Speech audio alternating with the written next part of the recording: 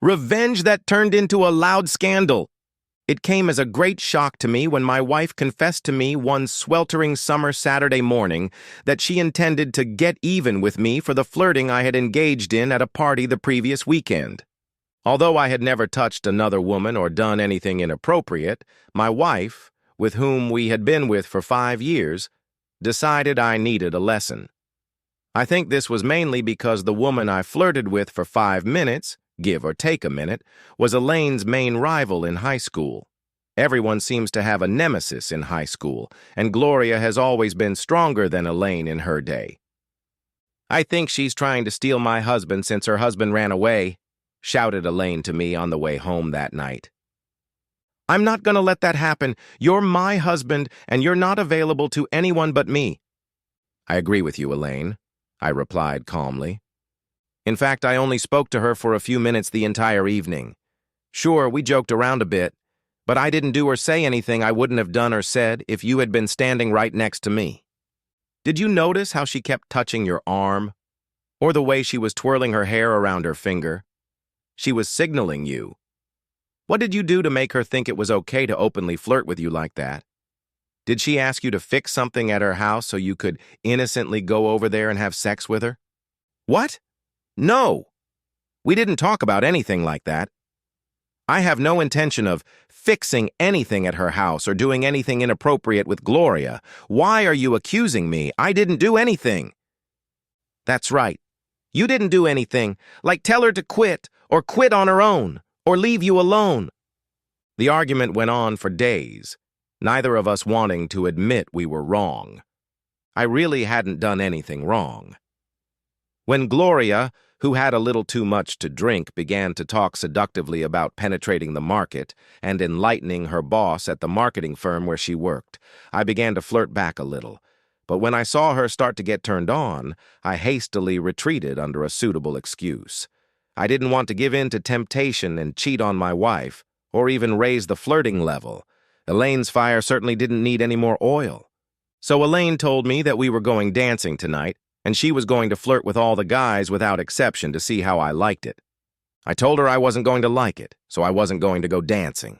She exploded, and after a while she told me that if I didn't go and see how she felt, she would go alone and bring a man home and tease him right in front of me. "Elaine, if you do that, I will throw you out. It's blatant disrespect, and I won't stand for it."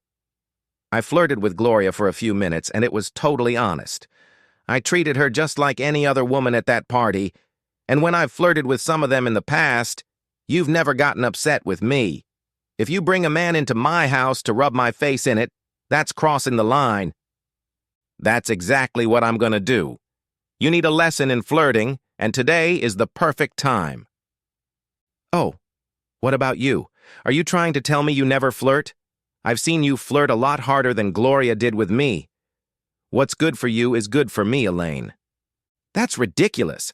I don't flirt that much. She practically asked you to have sex with her in front of all of us.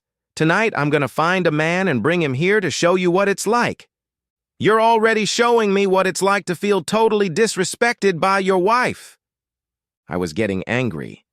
I couldn't hold back the angry words that came out of my mouth. "I don't think you could find a man stupid enough to come into my house and flirt with you, even if you offered him your body for it." Elaine lowered her chin and bulged her eyes. I really threw down the gauntlet to her. "Okay, smartass, that's exactly what I'm going to do, and you can't stop me. There are plenty of men in the world who would be happy to get a piece of me, and if they can rub it in your face at the same time, that would be a great bonus." There came a moment when my jaw dropped. As she left the room, she continued her tirade. "I'll show you, Eric. You're going to regret flirting with Gloria and crossing me, you lousy asshole." I heard the word asshole right before our bedroom door slammed, and that was all I saw from Elaine until she got ready to leave. There are a couple things to know about us. First, in high school and college, I was a major varsity soccer player, standing 6 feet 4 inches tall. Also, I'm in better shape now than I was then. Second, we live in a small town. And I do mean small. We all know everyone in town by name. I'm very well liked and respected in town, but there are very few guys who wouldn't respect me enough to consider going along with Elaine's plan after a few beers. But there was only one guy in town who was cocky enough to actually try it. What a coincidence. It was my old high school nemesis, Woody Floyd. In high school, Woody was big and burly enough to stand up to me, and in a fair fight, I'm not sure of the winner.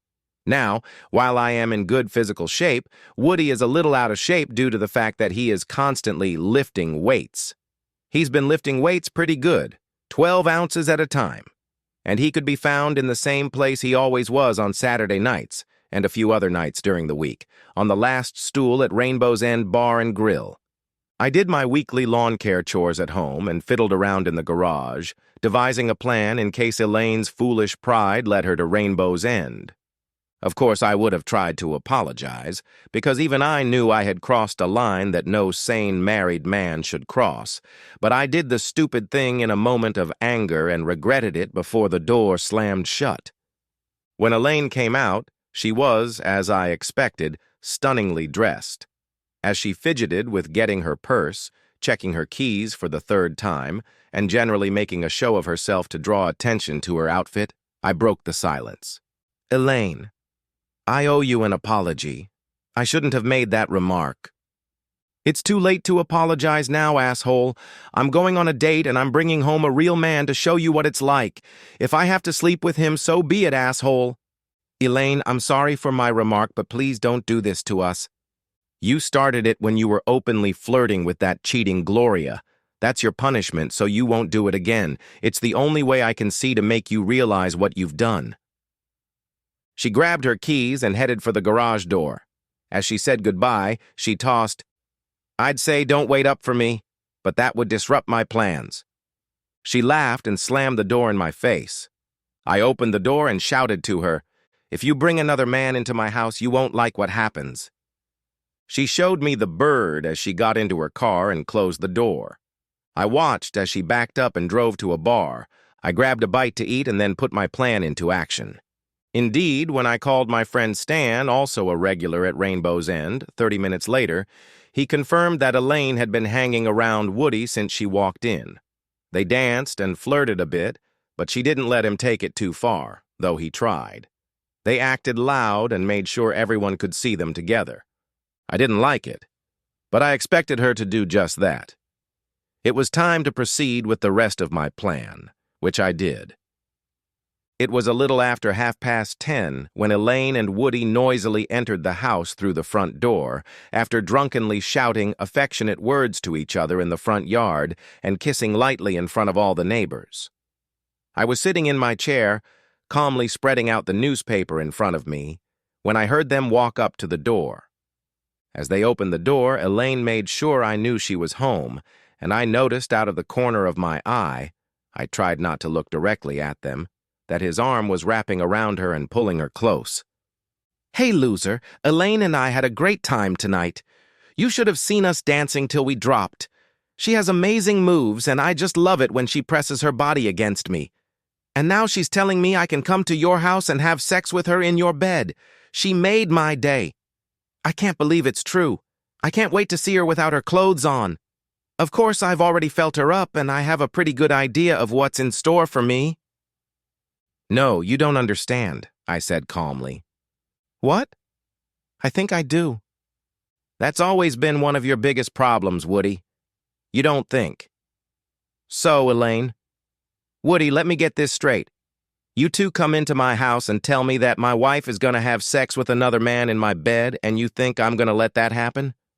Dude, you're out of your mind." Elaine added her 2 cents to that. "That's right, asshole. I'm going to do it in your bed, and there's nothing you can do about it." "What are you going to do about it, loser?" Woody scoffed. "You don't have the muscle or strength to stop me. Come on, get out of that chair, asshole. Elaine and I will swear that you attacked us when the cops come, and in the meantime, I'll punish you from here to the city. While you're in jail, I'll have sex with your wife in your bed every day. It's a win-win for us, so come on, try and stop us, you slack-jawed asshole. I'm not moving an inch, and you two are not going anywhere near my bedroom tonight." "Okay. How are you going to do that?" Elaine asked. In a word, I replied. Dames!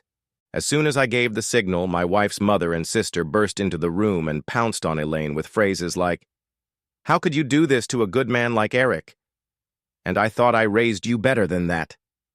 Just behind them stood Woody's wife and mother-in-law.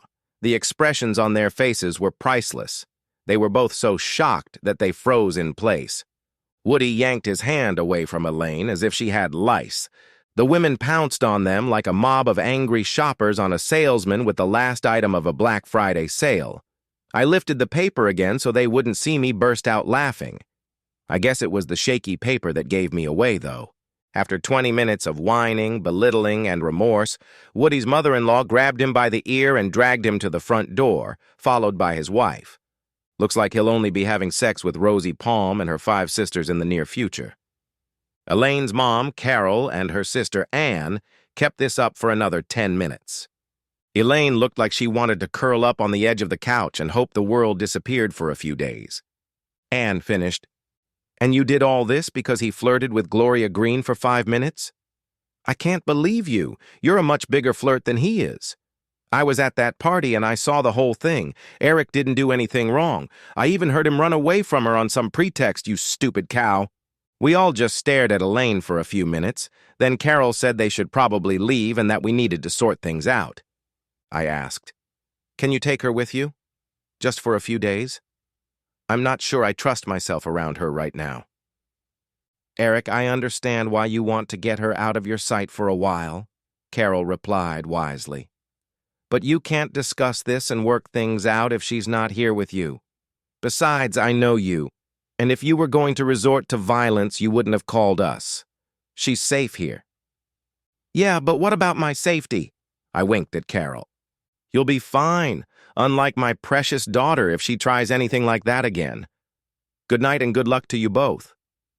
After a hug and kiss, which I noticed Anne had a little longer than usual, they left. I sat back in my chair and turned on the TV. A meek voice from the far end of the couch spoke up. I can't believe you called my mother. In love and war, all means are good, and here it's both. I think it's best if you use the guest bedroom for now. Good night, Elaine. The end. Subscribe to my channel. Thank you.